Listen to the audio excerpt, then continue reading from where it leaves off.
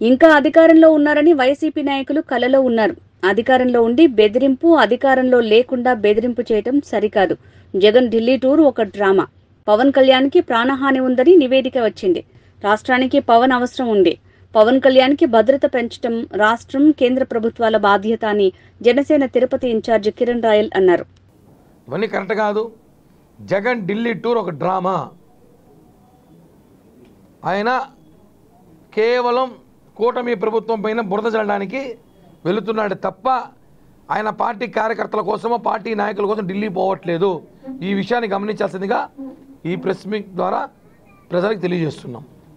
తమలో ఉన్నారు, ఇంకా మర్చిపోవాలి వాళ్ళు. ఇంకా అదే ఫీల్డ్లో ఆయన ఇంకా ముఖ్యమంత్రి కళ్ళలో ఉన్నాడు. ఆయన ఎలక్షన్ అని కళ్ళ అనుకుంటున్నాడు. ఈ ఎలక్షన్లు, ఈ 163 సీట్లు, 160 సీట్లు అని కళ్ళలో ఉన్నాడేమో. లేకపోతే అసెంబ్లీ తిరిగిపోయేసి మధుసూదన్ రావు నీ కథ చూస్తానంటే ఏందా చూసేది నువ్వు? ప్రజలు చూస్తున్నారు లైవ్లో, ఛానల్లో. అధికారంలో ఉండి బెదిరిస్తావు, అధికారం లేకపోయినా బెదిరిస్తావు, కళ్ళలో బెదిరిస్తాడంట. అదే చెప్తున్నాం కదా. ఇప్పుడు కూడా కొన్ని కార్యాలయాల్లో ఇంకా జగన్ మనుషులే ఉన్నారు. ఇంకా అధికారం పూర్తిగా కూటమి ప్రభుత్వం సంబంధించిన అధికారులు రాలేదు. కాబట్టి దీంట్లో గతంలో ఉన్న అధికార యంత్రాంగం ఎవరైతే కలెక్టర్ ఆఫీస్లో ఉన్నారో వాళ్ళే ఎక్కడో లాలూచిపడి చేశారని చెప్పి అనుమానం అయితే వ్యక్తమవుతా ఉంది. ఖచ్చితంగా ఎవరిని వదిలిపెట్టే ప్రసక్తే లేదు. మొత్తం ఫైల్స్ పైన డేటా ఎక్కడంతో సేకరించే పనిలో సిబిఐ, సిఐడి ఎంక్వైరీ చేశారు కాబట్టి ఖచ్చితంగా వస్తుంది. ఖచ్చితంగా దీని మీద అనుమానం అయితే వైసీపీ నాయకులు పెద్దిరెడ్డి రామచంద్రరెడ్డి మనుషుల మీదే, ఆయన అనుచరులు ఎవరైతే ఉన్నారో వాళ్ళ మీద అనుమానం వ్యక్తమవుతున్నాయి. చేస్తున్నారు అన్న, అదే అర్థం కాలేదు. దాడులు ఎక్కడ చేస్తున్నారు? మీరు చేసిన దానికి అదే మీరు చేసి మీ ఉదాహరణకి కూడా ఇక్కడ 200 పేజీలు ఉన్నాయి. మన పేర్లు చాలా ఉన్నాయి ఇక్కడ, లిస్టు కూడా. ఎవరెవరిని చంపినారు పల్లం. మేము చేయట్లేదే, మేము చేస్తున్నాం చెప్పట్లేదు. మీరు చేసుకుంటున్నారు. ఆ దాడులు మీవి, మీ వ్యక్తిగత గొడవలు అవి. మీ వ్యక్తిగత గొడవలు ఇద్దరు మీ పార్టీలో ఉండేవాళ్ళే మీరు కొట్టుకుంటున్నారు. అవన్నీ కాదు కదా, దాడులు మీరు చేసుకుంటే మేము చేయటం మాకు అవసరం లేదు. మేము పరిపాలన చేసే పనిలో ఉన్నాం. నిన్న చంద్రబాబు గారు, పవన్ కళ్యాణ్ గారు క్లారిటీగా చెప్పారు కదా, మాకు రాష్ట్రము దివాలా తీసి మా చేతికి వచ్చింది. ఈ రాష్ట్రాన్ని నిలబెట్టాలి, ఈ రాష్ట్రం అభివృద్ధి జరగాలి, నిధులు తేవాలి, అన్ని శాఖల్లో పూర్తిగా ఖజానా ఖాళీ అయింది.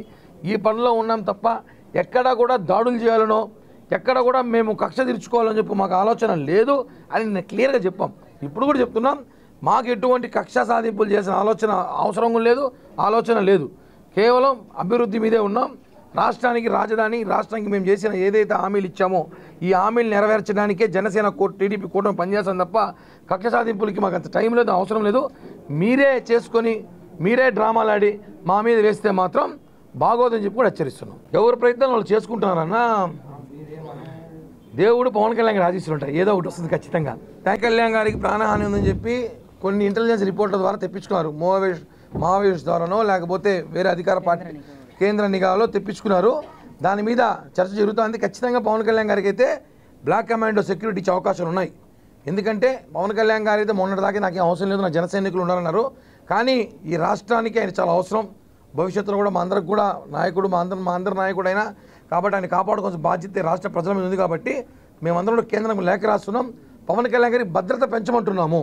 భద్రత పెంచండి, నిఘా కూడా పెంచండి పవన్ కళ్యాణ్ గారి మీద. ఎందుకంటే ఇప్పుడు ఏది కూడా వచ్చిన ఒక ఇన్ఫర్మేషన్ని లైట్ తీసుకోకూడదు.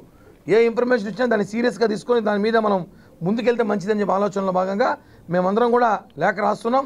అందరం కూడా మాట్లాడడం. ఖచ్చితంగా ఎక్కడ కూడా పవన్ కళ్యాణ్ గారికి ఎటువంటి ఇబ్బంది జరగకుండా చూసుకోవాల్సిన బాధ్యత కేంద్రం, రాష్ట్ర ప్రభుత్వం మీద అయితే ఉందండి.